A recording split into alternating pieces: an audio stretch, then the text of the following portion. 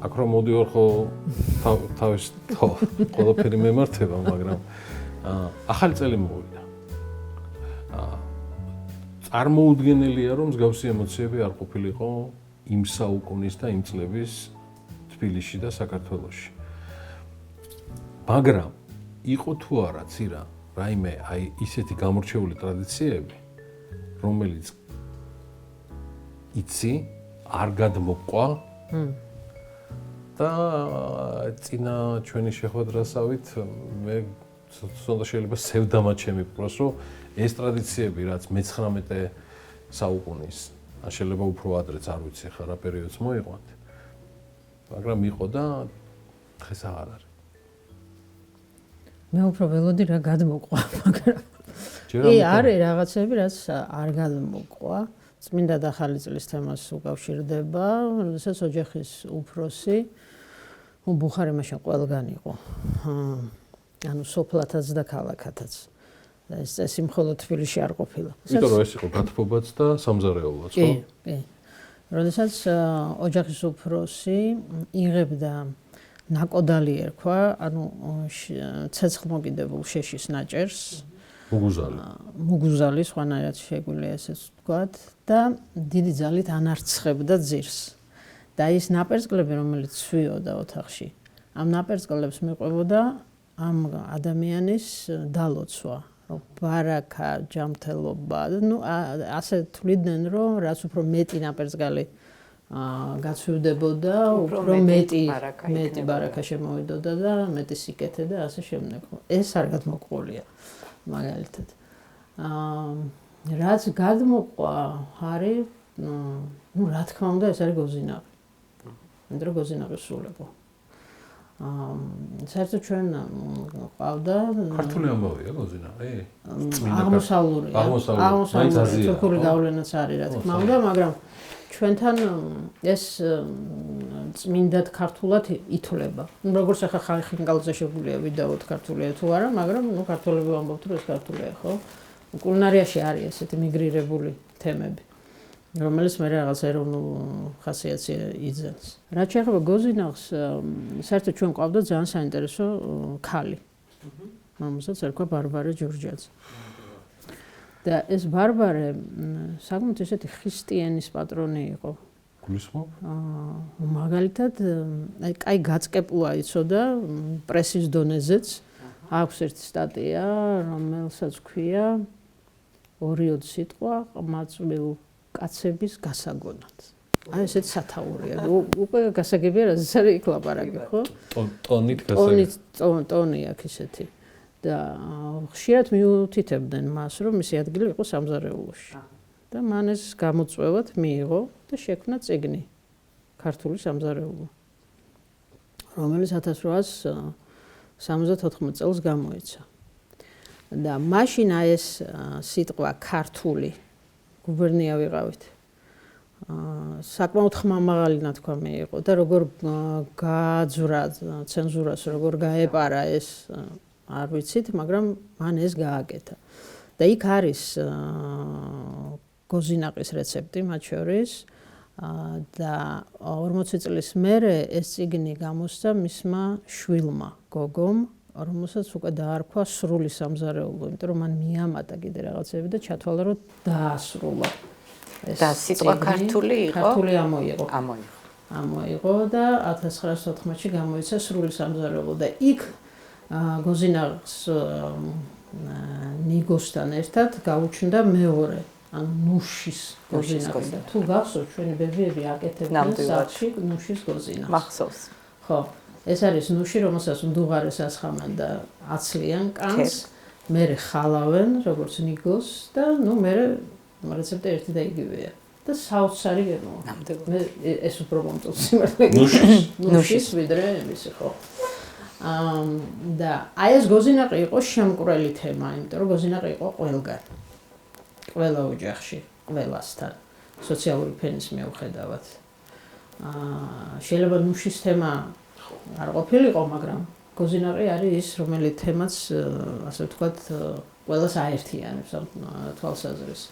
ნუში ალბათ უფრო არისტოკრატების ოჯახებში იყო? სავარაუდოდ შეიძლება, თუმცა ნუშის ბაღები თბილისში ძალიან ბევრი იყო და ყველა შეეძლო ეს მოეკრიფა, იმიტომ რომ ბაღები იყო, ხეხილოვანი ბაღები თბილისისთვის არის ძალიან მნიშვნელოვანი. ანუ არა დეკორატიული ბაღები, არამედ ხეხილოვანი და თქვენ მახსოვს რომ გქონდათ გადაცემა, სადაც ახსენეთ ნინია ზარიძე. ნინიას ბაღი ხომ არ გონია, ეს თბილისური გამოთქმა რომ აქედან მოდის, იმიტომ რომ ამ ბაღში სადაც სხვაგან ფასიანი იყო შესვლა, ნინიას ბაღში უფასო იყო და აქედან მოდის ეს გამოთქმა. ანუ გოზინაყი აერთიანებს ახალი წლის თემას, ძალიან საინტერესო აღწერები აქვთ იმ ადამიანებს, ვინც თბილისში ყოფილან. მათ შორის არის ალექსანდრე ზიუმა, რომელიც 5 კვირის განმავლობაში დარჩა თბილისში. ეს იმას ნიშნავს, რომ ძალიან მოეწოდა კავშირობა. ახალი წლის პერიოდში. ახალი წელს შეხვდა თბილისში, იმიტომ რომ მისი ერთ-ერთი მიზანი იყო კავკასიაში მოგზაურობის, რომ ენახა არარატი. და ის გამოემშვიდობა თბილისელ საზოგადოებას და უთხრა, რომ აი ხა უკვე ხვალიდან მივდივარ სომხეთისაკენ და ამ საზოგადოებამ თხოვა, რომ დარჩენილიყო და ახალი წელი თბილისში ენახა, როგორი იქნებოდა ახალი წელი და მართლაც დარჩა ეს. და აღწერს, არა მხოლოდ თვითონ აღწერს იმ კავკასიაში, რომელიც დაწერა. არამედ მას ყავდა ესეთი მხატვარი ჟან-პიერ მუანე, რომელიც ახლდა მოგზაურობაში და ის თავის მოგონებებში აღწერს ამ ახალ წელს. და ჩანახატებიც აქვს გაკეთებული. ჩანახატებიც აქვს თბილისის ლითოგრაფი იყო. და საერთოდ ძალიან საინტერესო, აი მხატვარი როა სხვანაირად შეხედა ქალაქს და ის ამბობს, რომ აღფრთოვანების ხმები აღმოხვდაო, რომ დავინახეთ თბილისიო. იმიტომ რომ ეს იყო რაღაცნაირი ხეობა, რომელსაც მტკვარი მიუყვებოდაო და მთებზე გადმოკიდული ერთმანეთზე დაკიდებული სახლები იყო. ანუ დაინახა გრაფიკულად ეს. რიყე. ხო. და აი მუანესაც აქვს აღწერა და ალექსანდრე ზიუმასაც აქვს აღწერა, სადაც ამბობს, რომ მართალიაო ფუჟერებიო შამპანურის იყო, მაგრამ კახური ღვინო ესხაო შიგნითო. აჰა. იმიტომ რომ განსაკუთრებით ახალ წელსო ამ ფუჟერებში სხვა ღვინის, მათ შორის ევროპულის და თუ გინდათ ფრანგულის ჩასხმაო, ქართული ღვინის ღირსების შელახვა დაღიქმებოდა. და ერთი მომენტი, რომელიც ასევე გადმოყვა თბილისს და გასაკვირია, რომ ეხა შეიძლება არ გვიგვირს, მაგრამ მაშინაც რო იყო, ეს არის ეს ბათქაბუთქი ღამე. გულისხმობ ფეირვერკი. მაშინ ფეირვერკი იქნებოდა. ფეირვერკი ალბათ არის, ხო, ესე არ იქნებოდა, მაგრამ იქნებოდა სანადირო სროლები იყო ისეთი, სადაც აღწერებში წერია, რომ რო არ გწოდნოდა, რომ ახალი წელი იყო, გეგონებოდა, რომ მტერი დაესხა ქალაქს. ისეთ ხდებოდა. ანუ ეს თემა არსებობდა. და იყო კიდე ესეთი საინტერესო ასევე აი არის ახალ წელს რაღაცები, რაც აერთიანებს მაღალი კლასის საზოგადოებასაც და სოციალურად დაბალ ფენასაც, ხო? ეს არის აი ეს ბასილა. ბასილა იყო ესეთი გამომცხვარი ცომისაგან ხანტკბილი იყო, მუგბარი, შეიძლება თქვა, შეიძლება პური ვთქვა, იმიტომ რომ ცომი იყო მარილიანი, ანუ ორი სახის იყო, რომელსაც ჰქონდა ადამიანის ფორმა. და ეს უკავშირდებოდა წმინდა ბასილის ხსენების დღეს, რომელიც 1 იანვარია. და ეს ბასილად სხვებოდა ყველგან. რა ცომია? ცომია, რომელსაც ფიქრობსი არ აქვს. შეიძლება ქიშმის შეურიან, მაგრამ ფორმა აქვს ადამიანის. ბილი გვეზელი. უეს რა ნამცხვარი, ან პური, მოტკბო-პური, ან ნაზუქი. აი, გააჩნია როგორ აკეთებდნენ. ანუ გოზინაყი და ბასილა ეს. ბასილა და გოზინაყი იყო როგორც წესი, ისევე როგორც აი ეს საბედო ნამცხვარი. საბედო ნამცხვარი არის ანუ ორში რაც ხვებოდა.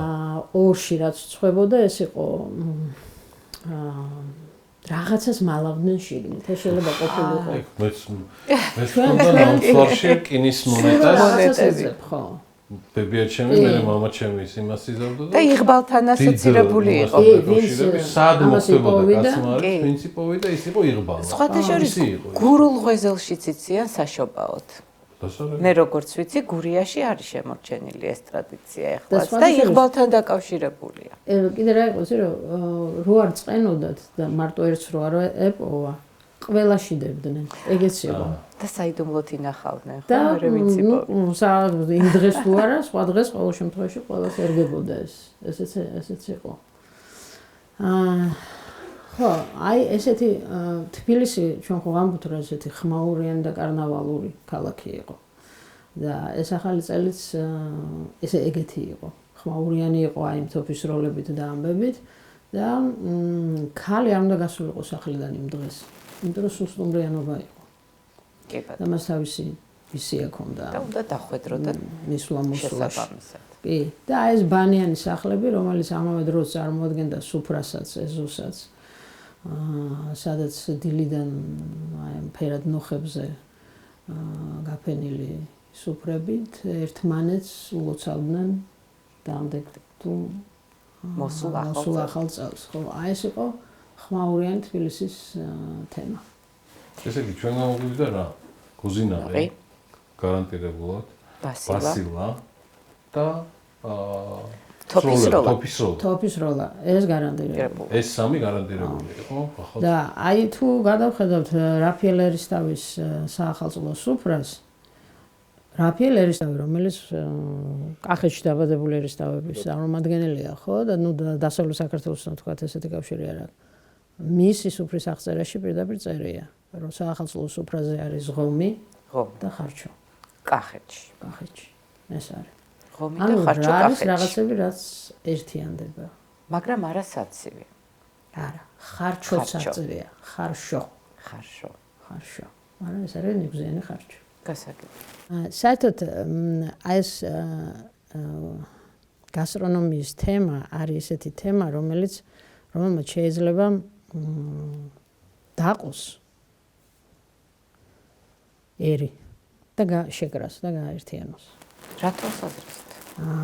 თუ აქცენტს გავაკეთებთ რაღაცა აი მეგრულ სუფრაზე მხოლოდ ან ვიტყვით რომ იმერულია თქვათ ხერხემალი ქართული კულინარიის და მე შეიძლება კახელებმა იკითხონ რომ ჩვენსაც ვიყავით მაგ დროს ხო ეს არის პოლემიკის საგანი მაგრამ თუ ამბობთ რომ ეს არის ქართული სამზარეულოს თემა და სხვათა შორის ამაზე ძალიან საინტერესო კვლევა აქვს ესმაკუნჯულიას ძალიან როგორ აერთიანებს და როგორ მოდის წინ გასტრონომიის საკითხი, როდესაც ეროვნულობის თემა ამოდის, აი პარალელურ რეჟიმში ეს ორი თემა ყოველთვის ერთმანეთის რაღაც ესე სინქრონულად მოდის ხოლმე, ხო?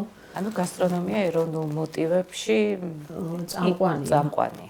შეიძლება ითქვას, რომ წამყვანია. და ის ხალხიც, ვინც ამას ემსახურება, ახლა იგივე ჯორჯაძე, შეიძლება ბარბარე ჯორჯაძე, ხო? შეიძლება ბარბარე ჯორჯაძე არის რაფიელ ერისთავის და ჯორჯაძე არის ქმრის გვარი. მეუღლის გვარზე. ხო. ეს ადამიანი ძალიან მნიშვნელოვან საქმეს აკეთებს მაგ პერიოდში, როდესაც ჯერ ესეთი სიტყვა ქართულს იყენებს და როდესაც აცნობს ერთ კუთხეს, მაშინ ხო არ იყო კომუნიკაციის ის საშუალებები, რომელიც ახლა გვაქვს ტელევიზია, არც რადიო, არც აიფონი, არც არაფერი ხო? შესაბამისად ის აცნობს ერთ კუთხეს მეორე კუთხის ანუ რეცეპტებით რეალურად ხდებოდა სხვა სოციალური კავშირების დამყარება. კი. კულინარიის გარდა დეკორაციების ნაწილი ძველთბილისში.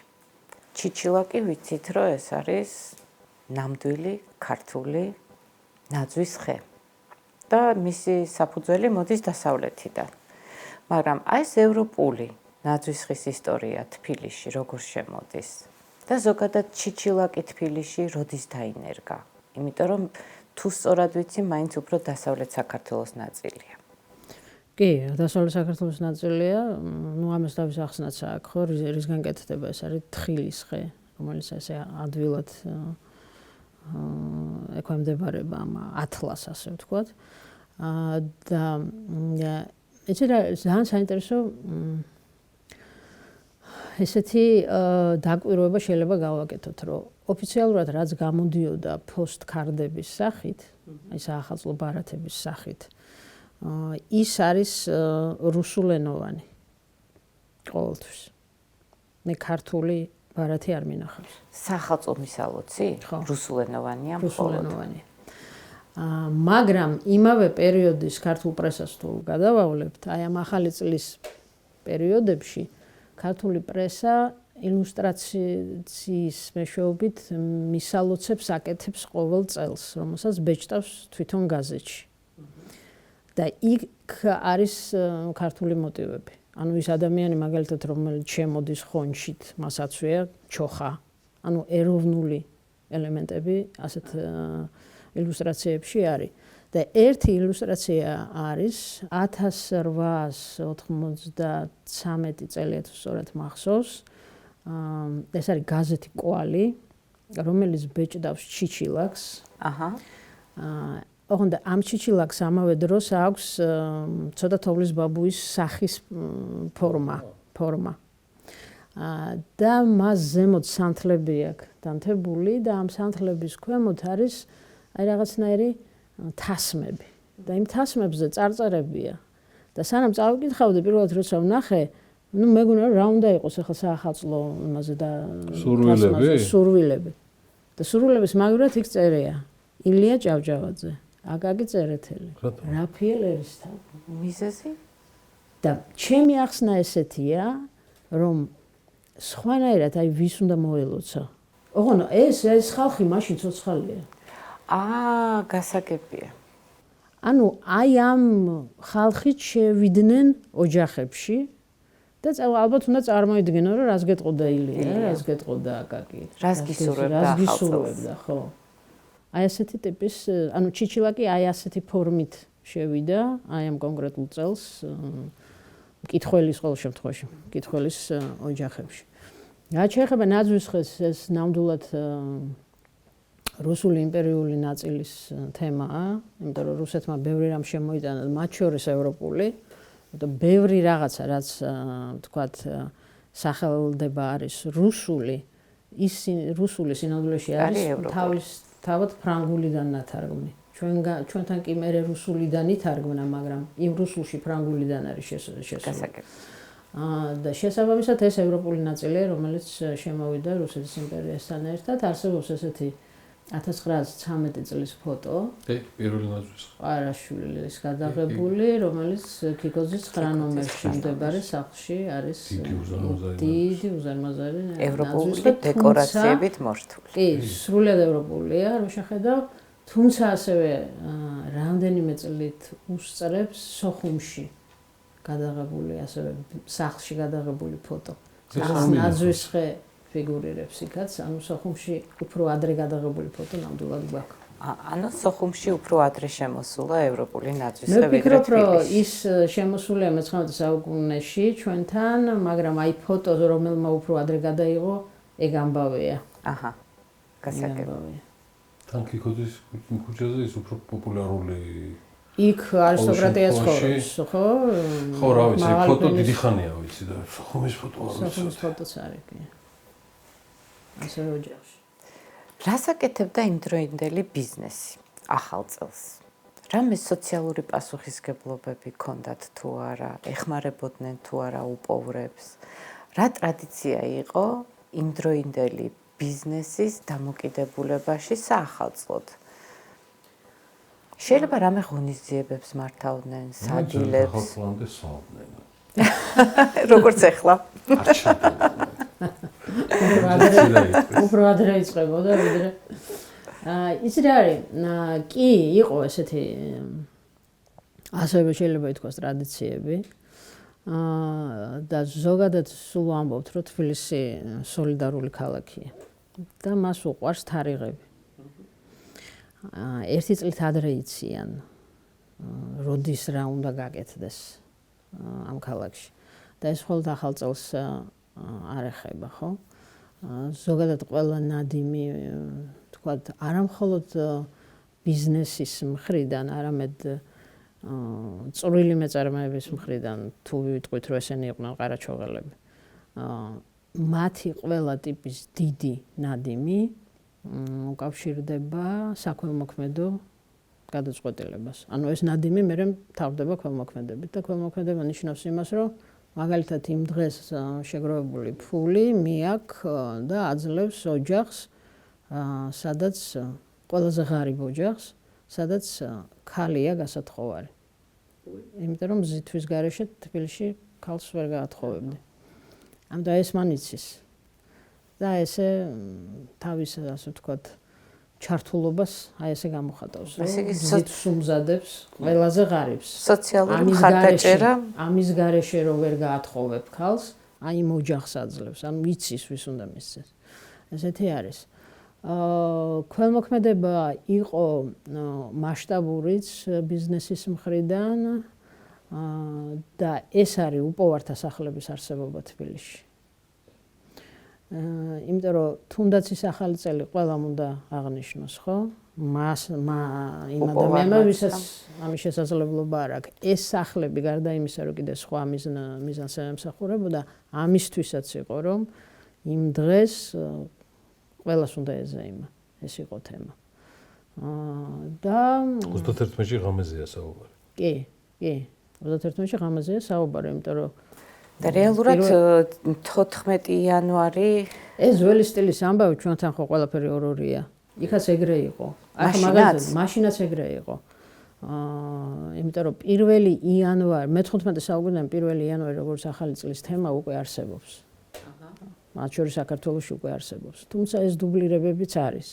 მაგალითად ბაბუაჩემის დედისთვის 1 იანვარი არ იყო ახალი წელი. არა. მე მახსოვს ის აი ესე კამპეტებით რომ შემოდიოდა ხოლმე სპეციალურად. ისე მეკლეს თემაზეც ვისაუბრეთ. ხო, მაგრამ ეს არ იყო ჩვენი 1 იანვარი, ეს იყო ძველი ახალი წელი. ხო. მეკლეს რაც შეეხება, მეკლეს ჰქონდა სია წინასწარ. მეკლე უნდა დაგებრონა. ასე არ იყო. ანუ ის ჩვენი ცნობილი ქართული ფილმი რეალურ მოტივებზე აგებული. აჭუ მიშველე რამე იქნებ მომიხერხო. რა უნდა მოგიხერხო პირდაპირ არ ვიცი. ბევრი პრობლემები გაქვს გადასაწყვეტი ამ წელიწადში. ჩემი ციროს ბედი მიჭირს. 200 კაციანი ქორწილი გავაწყვე. ხალხი დავპატიჟა. მე სიზი არ ჩამოვიდა. იცით რა იყო? თავი იყო რომ მეკლე რატოა მეკლე ის პირველი შედის სახლში, ხო? და აი ეს სია უნდა შედგენილიყო ისე რომ რაღაცა დროს აღარ გადაცილებოდა. იმიტომ შეიძლება სხვა ხომარი შემოსულიყო და ის მეკლეს დაეგვიანებინა. ამიტომ ეს დიდი ალიაქოთის თემა იყო თბილისში, რომ რაღაც კონკრეტულ ვადაში უნდა მოესწრო რაღაც რამდენიმე ოჯახში მისვლა. ეს მეკლეს ველოდები კარს არ გაგიღებ ვერსია იყო? ალბათ არ ვიცი, შეიძლება იყო კიდევაც. იმიტომ რომ ამას ჰქონდა მნიშვნელობა, ხო? ხო. და ეს მეკლე ითვლებოდა, ასე ვთქვათ, რაღაც პატარა ალბათ სტატისტიკას აგროვებდნენ, ხო? წინა წელს სადაც იყო ეს მეკლე, რა მოხდა იმ ოჯახში, პატარა, ასე ვთქვათ, შეჯამებას ანალიტიკას აკეთებდნენ. ამაზე დაყრდნობით ეტყობა ამ მეკლის რეიტინგი იმატებდა, ხო? პარაქიანი იქნება და ჯანმრთელობას მოიტანს და ტკბილეული მიქონდა მეკლეს? ბასილა ხომ არ მიქონდა შემთხვევით? ბასილას ახვედრებდნენ. ახვედრებდნენ.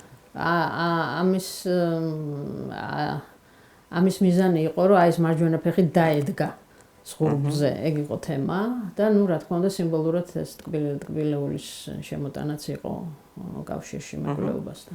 და ეს შეიძლება ყოფილიყო სულაც უცნობი ადამიანი. მეკლე? არა, უნდა გაგეკითხა. მაგრამ მე მგონია უნდა გაგეკითხა. უნდა გაგეკითხა. აჰა. და ამაში შემთხვევით სარგებელს ხომ არ იღებდა მეკლე? მიუხედავად იმისა, რომ ეს არსად არ წერია, მე ვფიქრობ, რომ ბიზნესის წყარო იქნებოდა. კი. რაღაცა ტიპის შემოსავალი იქნება. ყოველ შემთხვევაში რაღაც სარგებელი იქნებოდა. ხო. არა, თორე ესე უანგაროდ. ოჯახური ნათესაურად. მეგობრულ ამბავში არამედ რაღაც სარგებელი ალბათ იქნებოდა, კი. კი ბატონო. აი, რითიც იწყებოდა ეს ახალი წლის თემა, ეს არის და მისი სიმბოლური განზოგადება ალბათ შეიძლება დღესაც ეს არის დალაგება. ახალ წელს ხვანაირად ლაგდებოდა ოჯახები. ისე ეს ტრადიცია მე დღესაც არის, ხო, რომ ახალ წელს ყველაფერი უნდა იყოს გარეცხილი და დასუფთავებული. ეხლაც არის, მაგრამ მართლა რაღაც აი მოწესრიგების ჩარჩოში მოექცა ახლა ეს თემა, თუმცა მაშინ ამ დაალაგებაში გულისხმობდნენ იმას, რომ მართლა ყველაფერი ძველი გაქონდათ. განახლება უფრო ხდებოდა ვიდრე დაალაგება. ნულიდან დაწყება, ახალი წელი ნიშნავდა ახლიდან დაწყებას. რაღაცეებისგან განთავისუფლებას. ეს დაალაგება რიტუალური თემა იყო. გაცემაც ხდებოდა ამ დროს მაგალითად ძველი ნივთების გაჩუქება, უპოვრებისთვის დარიგება და ეს განახლება, დაალაგება რაღაცა ახალთან იყო დაკავშირებული. სიკეთეზე შეგეძლო მიგება ეს თემა. მაგრამ აი იმ ფორმის ახალი წლის დაალაგების ამბავი ჩვენამდე არ მოსულა, ჩვენ მართლა უბრალოდ გაწმენდა გარეცხვაში გადავედით და არა იმაში რომ თლიანად ვცვლით, თლიანად თუ არა რადიკალურად ვცვლით გარემოს. ხო, ხედვა სხვა იყო. ვიწყებთ თავიდან. კი. ეხლა მივხვდი რომ ხედვა იყო სხვა და ჩვენ მართლა დასუფთავების ნაწილი შემოვიტოვეთ მხოლოდ და არა ჩვენ სუფთად ვხდებით და ისინი ცარიელ ადგილებს ტოვებდნენ რომ იმ ახალ წელს რაღაც ახალი შემოეტანა, იმ ახალ წელს ახალი შემოეტანა და იმისთვის ცარიელი ადგილი ყოფილიყო სახლებში. რო შევსებულიყო. ხო, რო შევსებულიყო. ეს აღარავა. ზოგადად ხო იცი, აი ზოგადად ბევრი ამბობს იმას, რომ მე ძველმანე ვარ. არ ეს რომანები არ არის, ეს არის ყველაფერი ისტორია. ხო. ეს არ გადმოყოლია. ხო და მე უბრალოდ იმას ვამბობ, რომ ადამიანებს ყოველთვის ახალი წელი ემოციურად აქვთ დაკავშირებული სიახლესთან, ახალთან, ახალ მოლოდინებთან, ახალ გეგმებთან, ახალ იმედებთან და ეს ყველაფერი საბოლოო ჯამში აი ამ ციკლშიც არის, რომ ძველი უნდა წავიდეს, ახალი მოვიდეს და ახლისთვის ადგილია გასათავისუფლებელი. სხვა შორის ახლა ჩვენაც გვიწყვია, ხო? აი საინტერესო რაღაცა. ეს აი რაც მე მაკლია ახალ წელს თბილისში, მათ შორის აი ესენია. ეს არის აი ეს ევროპა როგორ იგრძნობა, ნახეთ ახლა. აქაც და თემა არის როგორ ხვდებოდნენ ვიზუალური თვალსაზრისით. ეს არის ჩაცმულობა, ძირა ადამიანების. ეს არის რეკლამა, რომელმაც თვალი უნდა მოჭრას და მერე უნდა დააკვირდე რისი რეკლამაა, იმიტომ რომ აქ არ არის ტანსაცმელი. ეს არის მაგალითად საკონდიტროს. ეს საკონდიტროა? საკონდიტროა, ხო.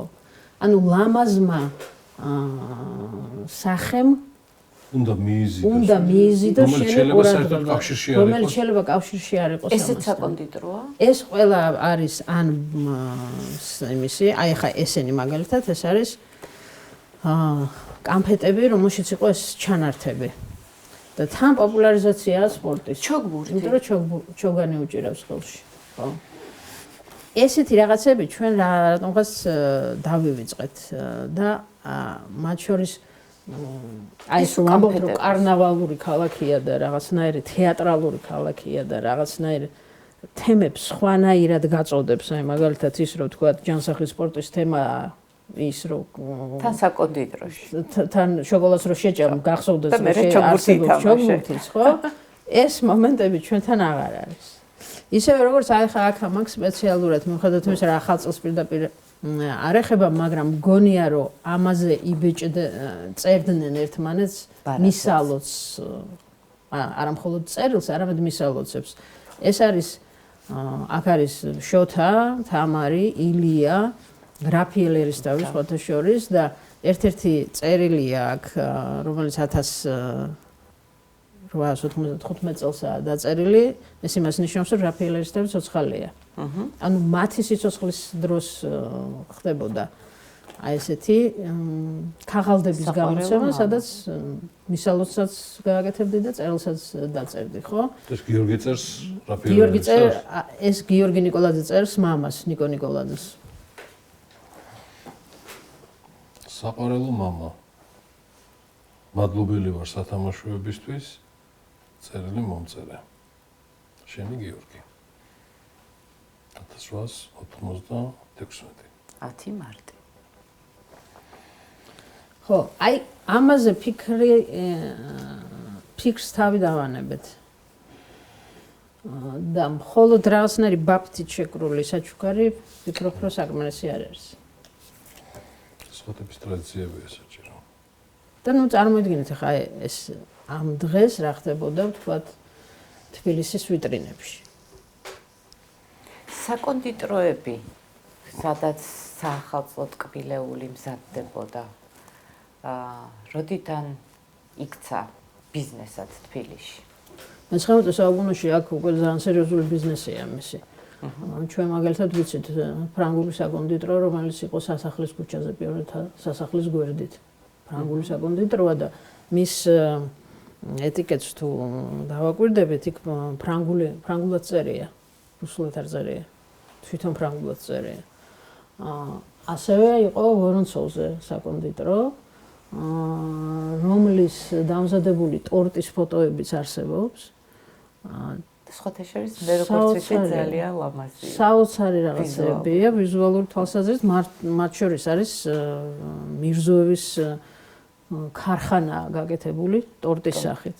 ანუ მაღალი იყო დონე კულინარიული ამ თვალსაზრისით. და განსაკუთრებით აი კულინარიის ეს მიმართულება, რომელიც აი და ეს ევროპული მაღაზიები, მათ შორის კულინარიულიც, ბევრი იყო, იმიტომ რომ ვინ ჩამოდიოდა აქ, აი მაგალითად იგივე იტალიური ოპერის დასი, ხო, რომელიც მერე რო აღარ მღეროდნენ, ცხოვრება ხო უნდათ, ვინც წავიდა უკან და დაბრუნდა, ხო, მაგრამ ვინც დარჩა. მათ გააკეთეს თავის მაღაზიები, თავის საპარიკმახეროები, თავის ხელთათმანების მაღაზია, მაგალითად ლეონიძის ქუჩაზე, დღევანდელ ლეონიძის ქუჩაზე იყო. ასე შემოდიოდა ადამიანების დონეზე, შემოდიოდა ევროპა. ბოლო კითხვა მაქვს შამპანურთან, იგივე შუშხუნა ღვინოსთან დაკავშირებით, იმიტომ რომ შენ მოყევი ასეთი ამბავი, რომ ფრანგულ ფუჟერებში, შამპანურის ფუჟერებში კახური ღვინო ესხა. და ეს ხდებოდა იმიტომ, რომ ქართული ღვინისთვის შეურაცხყოფა არ მიეყენებინათ. თუმცა მე უკვე ქართულმა ღვინომ განიცადა ევოლუცია და შუშხუნა ღვინის წარმოებაც დაიწყო, ევროპული ტექნოლოგიითაც დაიწყო ღვინის წარმოება. როდის გაჩნდა თბილისში შამპანურით, ანუ შუშხუნა ღვინით ახალი წლის აღნიშვნის ტრადიცია? მუხრან ბატონი, ასე ვთქვათ, ბაგრატიონი, როდესაც სპეციალურად მიდის პარიზში, აი შატო მუხრანის მფლობელი მებადრონე და ის მას ჩამოაქვს ტექნოლოგია. ტექნოლოგიაც და ჯიშიც. კი. ორივე. კი, ორივე ჩამოაქვს და აქედან უკვე, ანუ წმინდად ბაგრატიონის მუხრან ბატონიშვილის თემაა ესა, ბაგრატიონის უბრალოდ. რასაც მე მოყვა აქაური, მაგალითად ჩვენ ვიცით, რომ თბილისშიც ასე ეძახდნენ ქუთაისური შამპანური. ეს არის ანანოვის შამპანური. ქუთაისური შამპანური. იმიტომ რომ ანანოს იქ ჰქონდა წარმოება, იქ ჰქონდა ვენახი და იქ აწარმოებდა და ეს სახელი ანანოვის შამპანურს სხვანაირად კიდე ეძახდნენ ქუთაისურ შამპანურს. მე ჰქონდა უკვე გაგრძელებული. ცირა ანანოს მუხრან ბატონი ასწრებს თუ ის არის მამამთავარი ამ ტექნოლოგიის შემოტანისა საქართველოში. კი. დღევანდელი შატო მუხრა. კი. ეს არის. არ ვიცი რა ფორმით მოიფიქრებს სოფო, მაგრამ მინიმუმ თვეში ერთხელ რაღაცა ეს ამბები გასაგრძელებელია და თანაჩენზე. მე და ცირამ დავაბრეინშტორმინგეთ ეს ამბავი, გვაქვს რაღაცა იდეები და